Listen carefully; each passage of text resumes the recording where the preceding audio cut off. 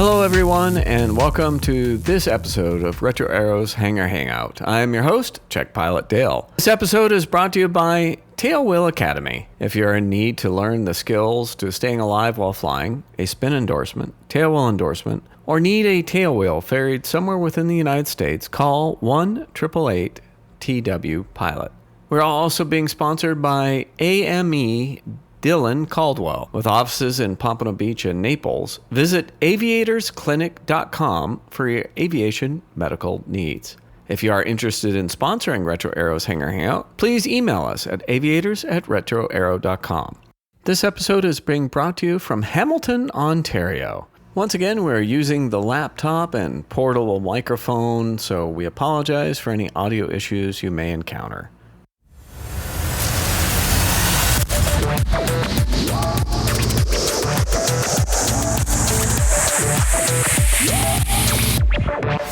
So for this episode, it's just me. I'm here in Canada, and I'm going to share one of my aha moments, as well as a Catherine's report. But first, the aha moment. When we flew into Hamilton, Ontario, Canada in our Cessna 170, we had the opportunity to move our aircraft from the FBO to the Canadian Heritage Warplane Museum. We're having a special event there, and as part of that process, they allowed us to move our aircraft into the museum. Since our airplane is a 1953 Cessna 170B, it kind of fits. But as part of that process, we ran into one of the employees of the museum. Following the old philosophy of never have an empty seat, we happened to offer this individual the opportunity to taxi with us from the FBO over to the museum. In that process, we found out that that particular individual was very excited, didn't know any, hadn't been involved in aviation before they joined the museum, and although they've been tutored and certainly mentored from individuals within the museum, they didn't have a pilot's license, but did find it intriguing. Well, that little encounter turned into a discovery flight. We took them around the pattern, just one time around the pattern, and took them back to the museum. From the expression on their face and the hug that I received afterward, I'm pretty sure we made their day. In fact, I'm pretty sure we made the week. So my aha moment is a realization or a re-realization of just how lucky we are to fly airplanes and how enchanting it can be to share that passion with others. When we live in South Florida, we get kind of biased. Everyone down there has a certain goal. They all want to get to the airlines. They all want to be airline pilots. But when you get away from that environment, you find that there's also just a lot of people that are intrigued by aviation.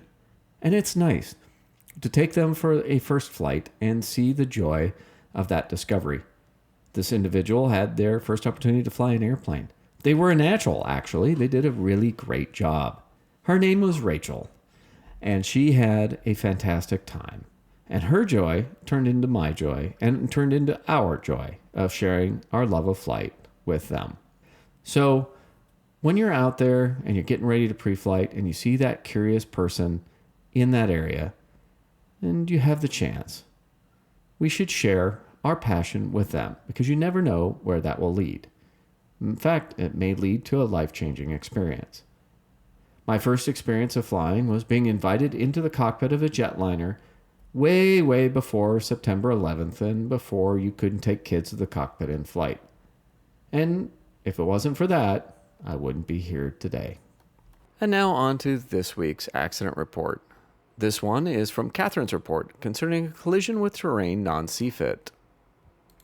A Cessna 172 Mike Skyhawk November 9049 Hotel. The accident occurred on September 11th, 2022 in Fort Collins, Laramie County, Colorado. Here's the analysis from Catherine's report. It says, a pilot and flight instructor were conducting a personal flight over a reservoir when they descended and flew at a low altitude over two boats on the water. After passing the second boat, they turned west into a cove and impacted rising terrain about 1 mile west of the shoreline, which resulted in substantial damage to the fuselage and both wings. Following the accident, the flight instructor made differing and conflicting statements to the National Transportation Safety Board. The first statement was that there was an engine malfunction, and to avoid landing on the water or impacting boats on the surface, he elected to make a climbing right turn to the west, away from the lake. In a written statement provided by the flight instructor, he stated that the power had been reduced to, quote, see more of the scenery, unquote. Shortly thereafter, the pilot flying told him that he could not climb due to a jammed elevator. The flight instructor stated that he could only control the airplane through the use of trim and power manipulation. To avoid congested areas, they maneuvered to the reservoir and attempted to free the jammed elevator by, quote, wiggling the flight control in and out, unquote, which resulted in the airplane pitching down. He stated that after adding power and retrimming the airplane, he elected to fly west into the valley to look for a landing area. A review of the flight track data revealed that the airplane did not descend as described in the written statement, but instead flew east to west over the reservoir and descended during a 270-degree turn over the reservoir that was initiated about mid-channel. The airplane traversed about 1.6 miles south along the reservoir before it turned west and climbed. The last recorded altitude was about 6,700 feet MSL, near the accident location.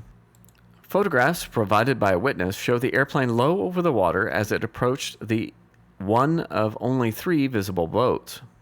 At first, the airplane appeared headed toward the shore, but made a left turn toward the first boat. After making a very low pass over the boat, the airplane made a steep climb, followed by a steep right turn, and then flew at a low altitude over the second boat. After passing the second boat, the airplane appeared to depart toward a valley. Post-accident examinations by the Federal Aviation Administration and the NTSB revealed no mechanical malfunctions or anomalies that would have precluded normal operation of the engine or flight controls. Probable cause and findings include the National Transportation Safety Board determines the probable cause of this accident to be the pilot's failure to maintain clearance from rising terrain while intentionally maneuvering the airplane at low altitudes, which resulted in substantial damage to the fuselage and both wings. Findings that there were personal issues in decision-making and judgment by the pilot, environmental issues with mountainous and hilly terrain, which contributed to the outcome. Here's the factual information and the history of the flight.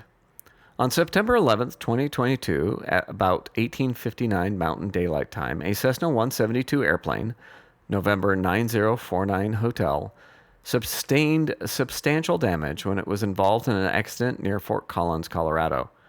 The pilot and flight instructor sustained minor injuries. The airplane was operated as a Title 14 Code of Federal Regulations, Part 91 personal flight.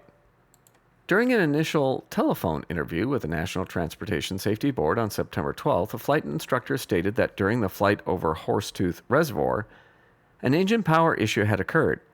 He stated that in an effort to avoid landing on the water or impacting boats on the surface, he elected to make a climbing right turn to the west, away from the lake, and the airplane impacted rising terrain.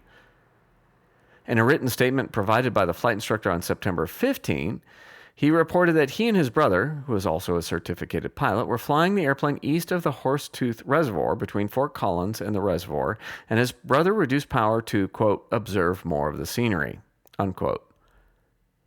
Shortly after reducing power, his brother told him that he could not climb due to a jammed elevator.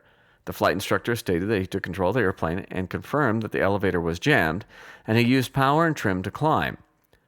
In an effort to avoid congested areas, they maneuvered to the reservoir and attempted to free the jammed elevator by, quote, wiggling the flight control in and out, which resulted in the airplane pitching down. He stated that after adding power and retrimming the airplane, he elected to fly west into the valley to look for a landing area. Unable to outclimb the rising terrain, the airplane impacted a tree and the rising terrain, which resulted in substantial damage to the fuselage and both wings. Flight track data for this report was obtained from L3/Harris OpsView, a commercially available web-based product that aggregates and georeferences Federal Aviation Administration data sources, including data from FAA ADS-X and ASSC systems, FAA terminal and en route radars, the FAA certified ADS-B network, and flight plan data from the En route Automation Modernization System, or ERAM. The accident airplane was squawking a non-discrete beacon code of 1200, and positive identification could not be made. However, the flight track data obtained was consistent with the reported departure time and airport, and the flight track ended near the recorded accident location. A review of the data revealed that the airplane was about 6,550 feet above mean sea level, MSL, when it crossed the east bank of the reservoir headed west. After it crossed about mid-channel, the airplane turned right about 270 degrees, while descending to an altitude below 5,500 feet MSL, floor of coverage. Due to being below the floor of coverage, flight track and altitudes ceased to record. When the airplane was reacquired, the position was about 1 mile south at an altitude of about 5,375 feet MSL. The airplane traversed about 1.6 miles south along the reservoir before it turned west and climbed. The last recorded altitude was about 6,075 feet MSL near the accident location. Photographs provided by a witness show the airplane low over the water as it approached one of only 3 visible boats. At first, the airplane appeared headed toward the shore, but made a left turn toward the first boat. After making a very low pass over the boat, the airplane made a steep climb, followed by a steep right turn, and then low over the second boat. After passing the second boat, the airplane appeared to depart toward a valley. An FAA air safety inspector completed an on-scene examination of the airplane. During the examination, flight control continuity was established from the control yokes to the elevator control surface with no binding or mechanical anomalies noted. A visual examination of other flight controls revealed no anomalies that would have precluded normal operation. During a post-accident examination conducted by the NTSB, flight control continuity was established from the control yokes through recovery cuts to all flight control surfaces with no binding or mechanical anomalies noted.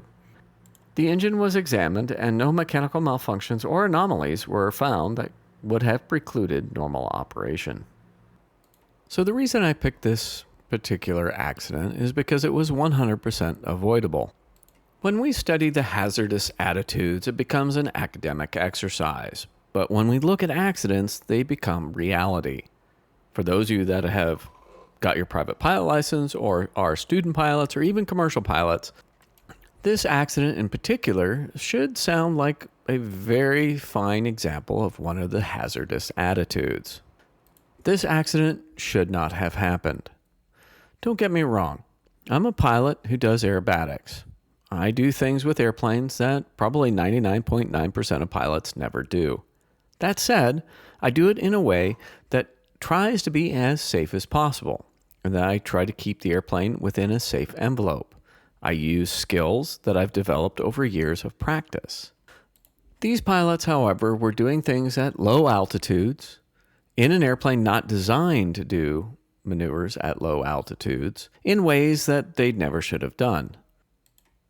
I was once given advice by a wing walker, a famous wing walker, in fact, within the airshow industry. His name was Johnny Kasian. He told me, know your limitations and stay within them.